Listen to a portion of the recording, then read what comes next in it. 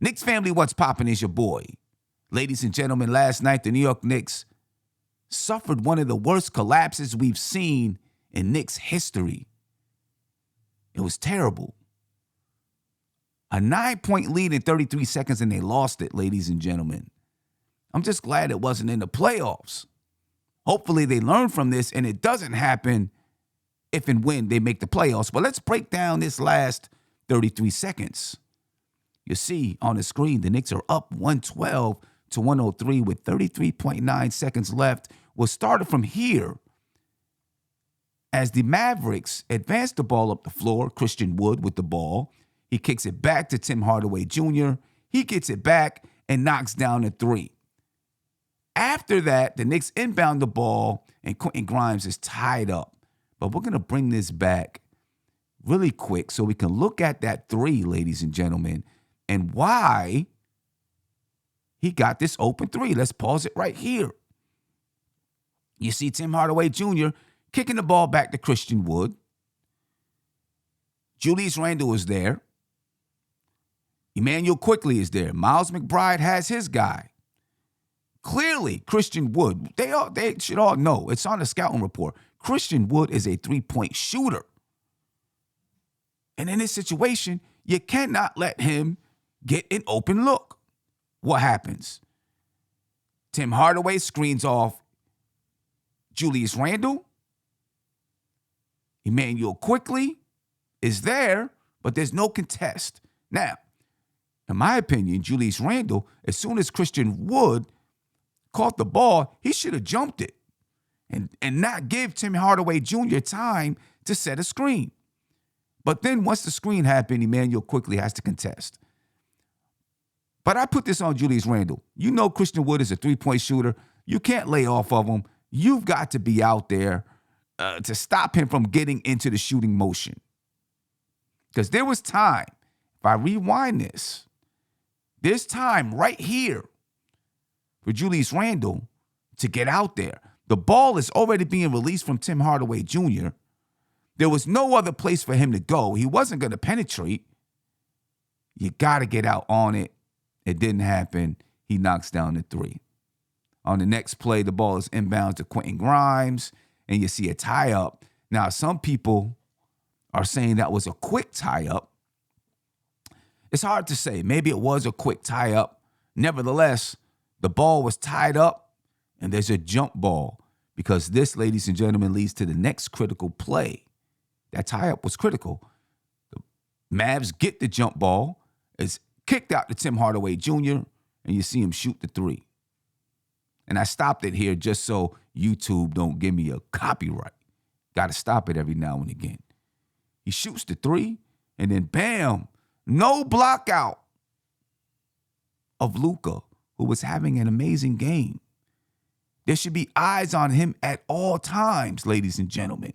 At all times, wherever he's going, somebody has to say, I got Luka. They didn't. Gets the rebound, puts it back, and he gets fouled. At first, I argued the foul, but when you look at the replay, ladies and gentlemen, it was a clear foul by Emmanuel Quickly. Right here, hands in the back.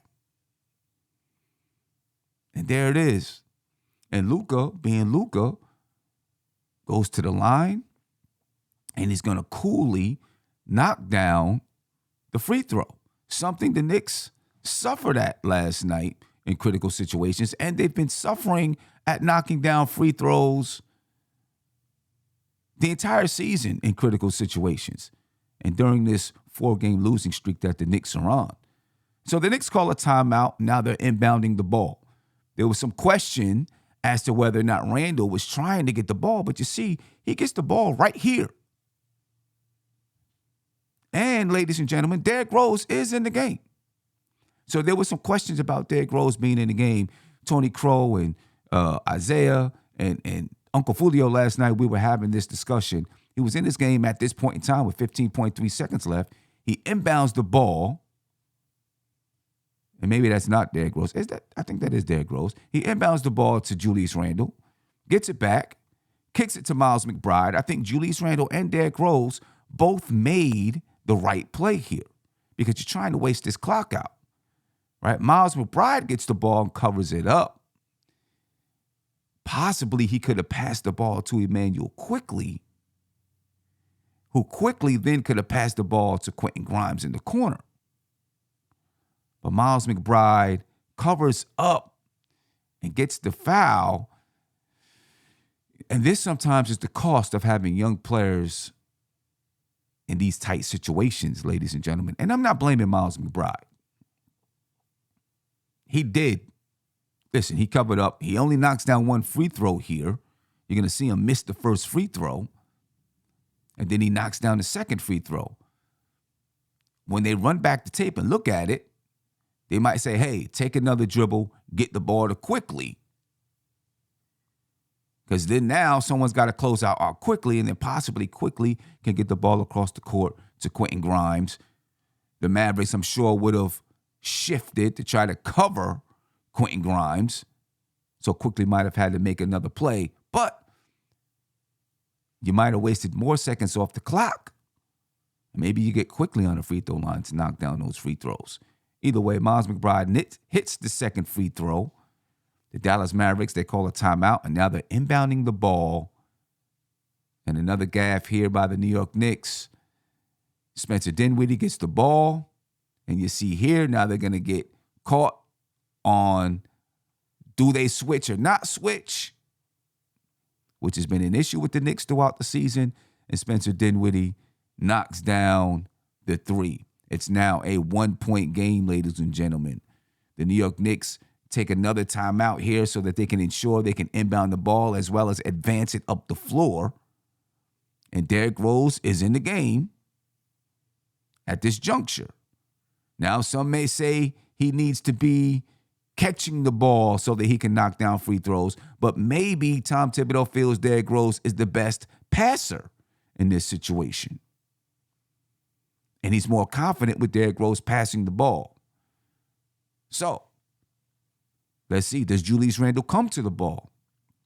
Julius Randle is double teamed by Luka and Tim Hardaway, which leaves Miles McBride open. He's the guy who they wanted to shoot the free throws in this situation. He hits both. Let me rewind it because obviously we're at a crucial part. Miles McBride hits both of these free throws to make it a 3-point game for the New York Knicks. And then here we go, ladies and gentlemen. Luka is going to advance the ball up the floor and fouled by Quentin Grimes. We're going to see it one more time. You see Quentin Grimes take the foul here. The Knicks, of course, were over the limit. 4.2 seconds left on the clock, and Luka's going to the free throw line. Some people question whether or not Tom Thibodeau stepped outside of what he normally does in this situation. Some people say it was the right play. Put him on a line, secure the rebound. I think I would have played tough defense and made him shoot the three. If he tied it, we go into overtime. I mean, there's so many things leading up to this play that the Knicks did wrong in these last 33 seconds. But this is the play that puts the icing on the cake. And, of course, Luka is going to go to the free throw line, ladies and gentlemen. And here is going to be another question. You see who's on the line. Julius Randle, Mitchell Robinson for the New York Knicks. Luka steps to the line, 4.2 seconds left. He puts it up. He knocks it down. Now here comes substitutions. And this is where people say Tom Thibodeau made a mistake as well. JaVale McGee comes in for rebounding purposes for the Dallas Mavericks. All right, you're going to see Dwight Powell and Christian Wood switch positions. Or Dwight Powell actually goes out the game. Right, so now, on the line, you have JaVale McGee for the Dallas Mavericks. You have Christian Wood for the Dallas Mavericks. You have Julius Randle, who had 18 rebounds. You have Mitchell Robinson, who had 16 rebounds.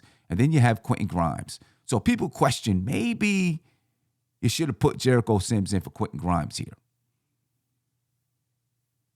But let's take a look. Because Luka's going to miss the free throw. Off the glass, he misses it. Julius Randle could have gotten a rebound.